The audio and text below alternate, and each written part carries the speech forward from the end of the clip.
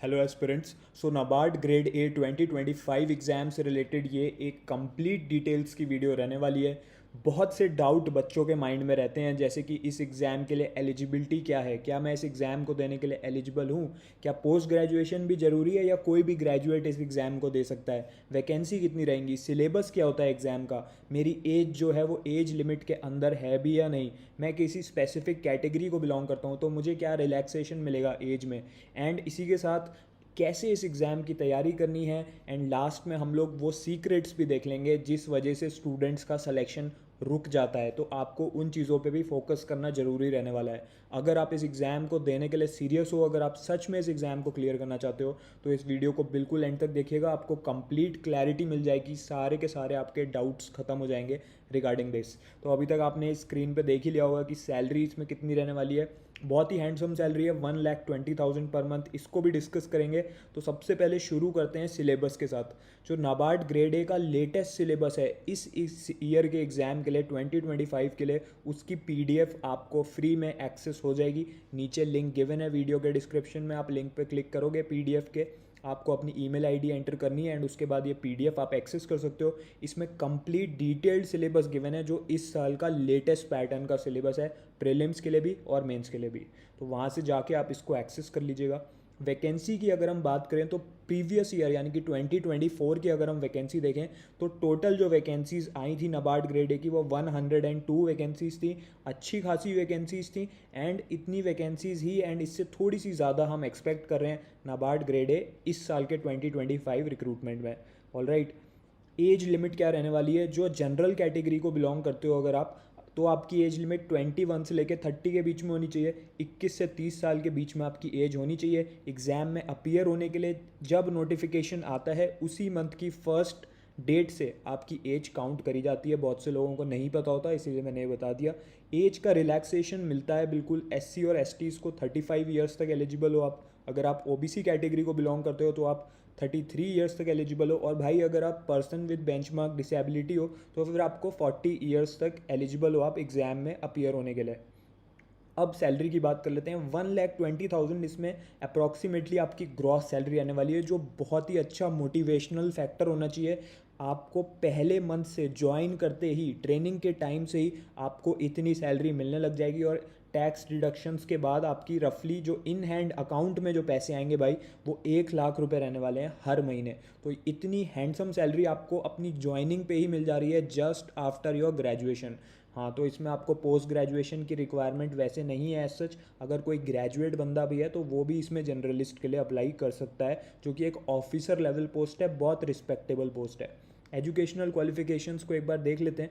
तो जो इसमें RDBS कहते हैं, जो इसका जनरलिस्ट होता है, रूरल डेवलपमेंट बैंकिंग सर्विस, इसमें आपकी सिर्फ बैचलर्स डिग्री की रिक्वायरमेंट है। अगर कोई पोस्ट ग्रेजुएट है तो वेल एंड गुड। 60% आपको चाहिए अपने ग्रेजुएशन में। अगर आप SC ST या PWBD को बिलोंग करते हो तो 55% ही चाहिए। उसके बाद पोस्ट ग्रेजुएशन की क्या रिक्वायरमेंट है? पोस्ट ग्रेजुएशन में आपको 55% चाहिए। अगर आपने पोस्ट ग्रेजुएशन कर रखा है तो आप 55% अगर आपके हैं तो भी आप अप्लाई कर सकते हो, फिर आपके ग्रेजुएशन के मार्क्स कंसिडर नहीं होंगे। SC ST और PWBD को 50% चाहिए। तो ये तो एकेडमिक क्वालिफिकेशंस की बात हो गई। अगर आप इसमें से किसी स्पेसिफिक स्पेशलाइजेशन में जाओगे तो चार्टर्ड अकाउंटेंट, फाइनेंस या फिर कंप्यूटर या IT या एग्रीकल्चर, इस स्ट्रीम्स के जो स्टूडेंट्स हैं वो अपनी एलिजिबिलिटी देख सकते हैं। यहाँ पे आप चाहो तो इसका स्क्रीनशॉट भी ले सकते हो बाद में डिटेल में इसको रीड करने के लिए।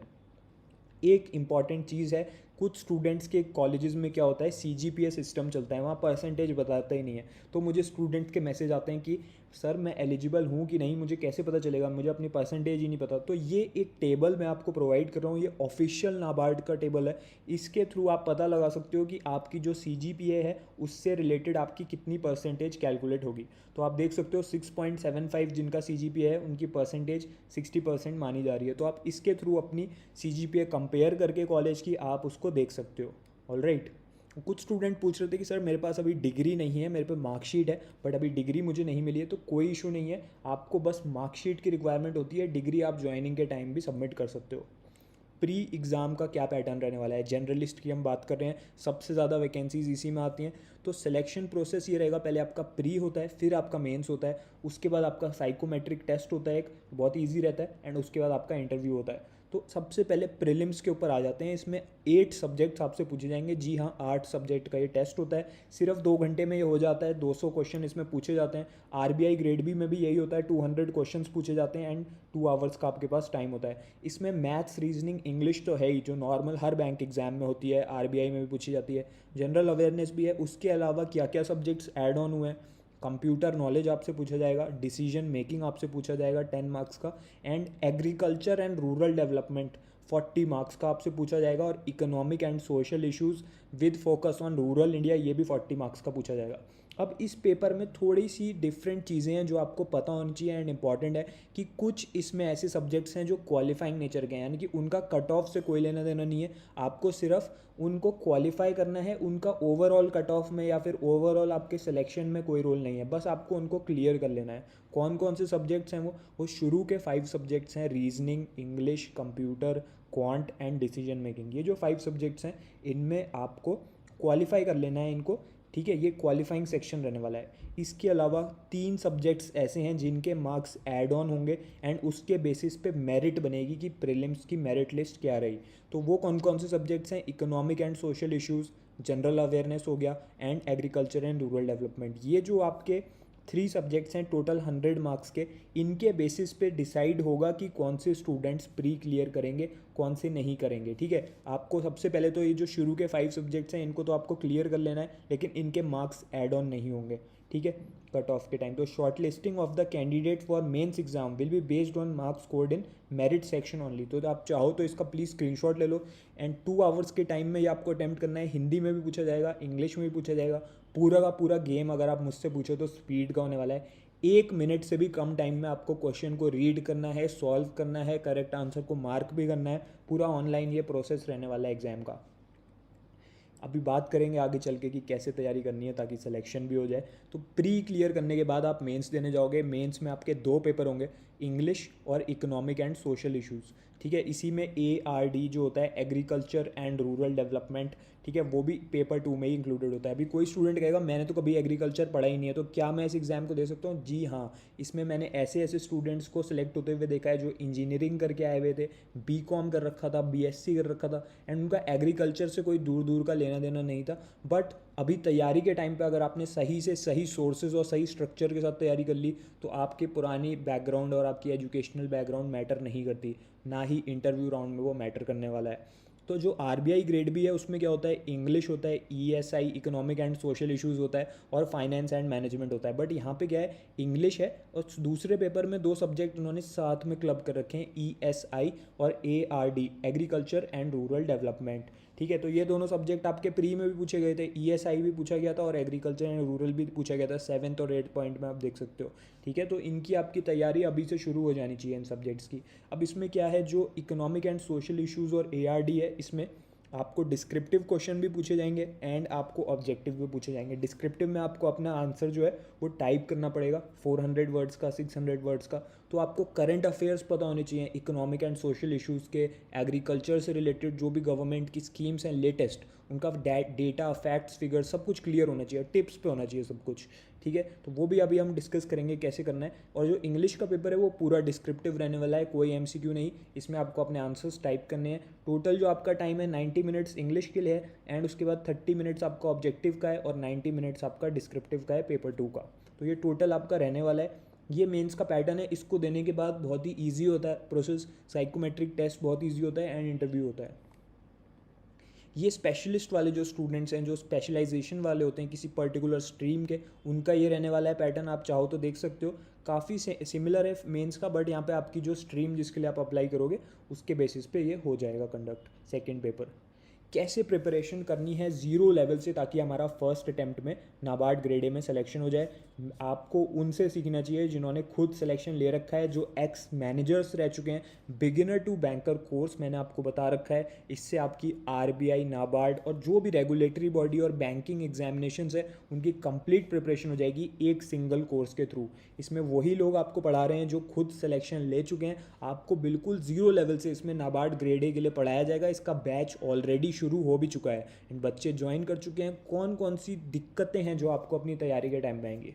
सबसे पहले आप रेड में देख सकते हो कन्फ्यूजन रहता है, कैसे प्रिपेयर करना है, कोई गाइडेंस नहीं मिल पाती। तो इसके अंदर आपको पर्सनल गाइडेंस मिलती है सिलेक्टेड लोगों के थ्रू, टॉपर्स से एंड एक्स मैनेजर से। वो लोग आपको 1-on-1 गाइड करते हैं। जूम पे आपके सेशंस कंडक्ट होते हैं इस कोर्स के अंदर, आपकी 1-on-1 वीडियो कॉल होती है, उसमें वो आपको गाइड करते हैं कि आपकी स्ट्रेंथ्स और वीकनेसेस क्या हैं, कैसे आप उनको इम्प्रूव कर सकते हो एंड एक प्रॉपर टाइम टेबल की तरफ आपको सही पाथ शो करते हैं।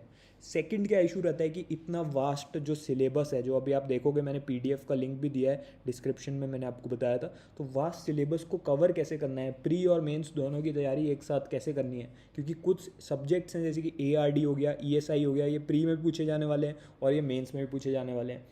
तो इसमें आपकी पूरी क्लासेस रहेंगी फेज़ 1 फेज़ 2 दोनों की, एंड इसमें आपको बिल्कुल बेसिक लेवल से पढ़ाया जाएगा, ताकि अगर कोई साइंस बैकग्राउंड का स्टूडेंट है, इंजीनियरिंग बैकग्राउंड का स्टूडेंट है, या फिर वो एग्रीकल्चर एंड इकोनॉमिक्स से रिलेटेड नहीं है उसका बैकग्राउंड, तो वो भी बिल्कुल समझ पाए।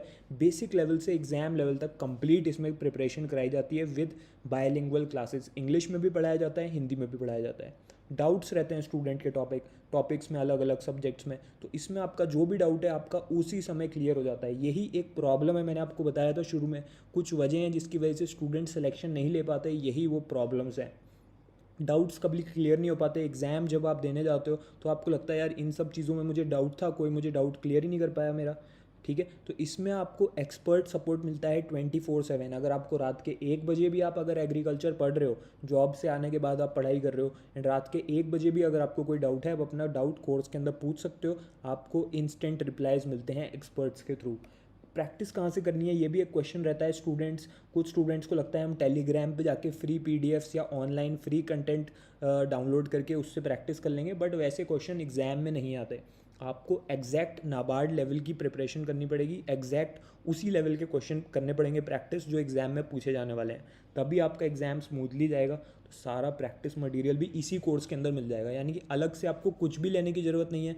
प्रीलिम्स के लिए भी नहीं, मेंस के लिए भी नहीं, इंटरव्यू के लिए भी नहीं, सब चीज़ों की कंप्लीट तैयारी इसी में होने वाली है। एंड इसमें आपको बेस्ट बात यही है, वही लोग आपको पढ़ा रहे हैं जो खुद सिलेक्शन ले चुके हैं।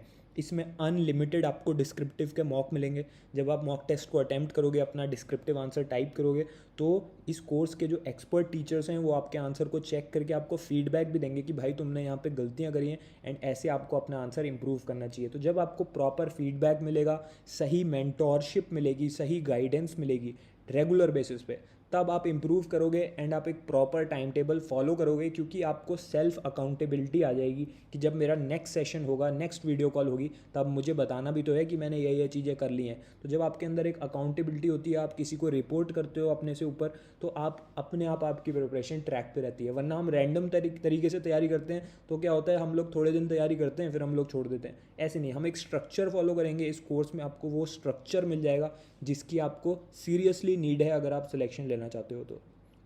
इस कोर्स के 2 प्लान्स हैं, प्लान 1 प्लान 2। दोनों कोर्स सेम रहने वाले हैं, बस ये डिफरेंस है कि प्लान 2 में आपको घर पे बुक्स भी डिलीवर होती हैं। प्लान 1 जो है वो कम्प्लीटली ऑनलाइन है, इसकी क्लासेस, इसका स्टडी मटेरियल, इसके मॉक टेस्ट सब कुछ ऑनलाइन है। प्लान 2 में प्लान 1 के साथ साथ आपको बुक्स घर पे डिलीवर हो जाएंगी फेज़ 2 के लिए, ठीक है। तो ये 2 प्लान्स रहने वाले हैं। मैं आपको रिकमेंड करूँगा आप कोई भी प्लान ले लो, दोनों प्लान्स बेस्ट हैं। बहुत से स्टूडेंट्स प्लान 1 फॉलो करके भी सिलेक्शन ले चुके हैं, ठीक है।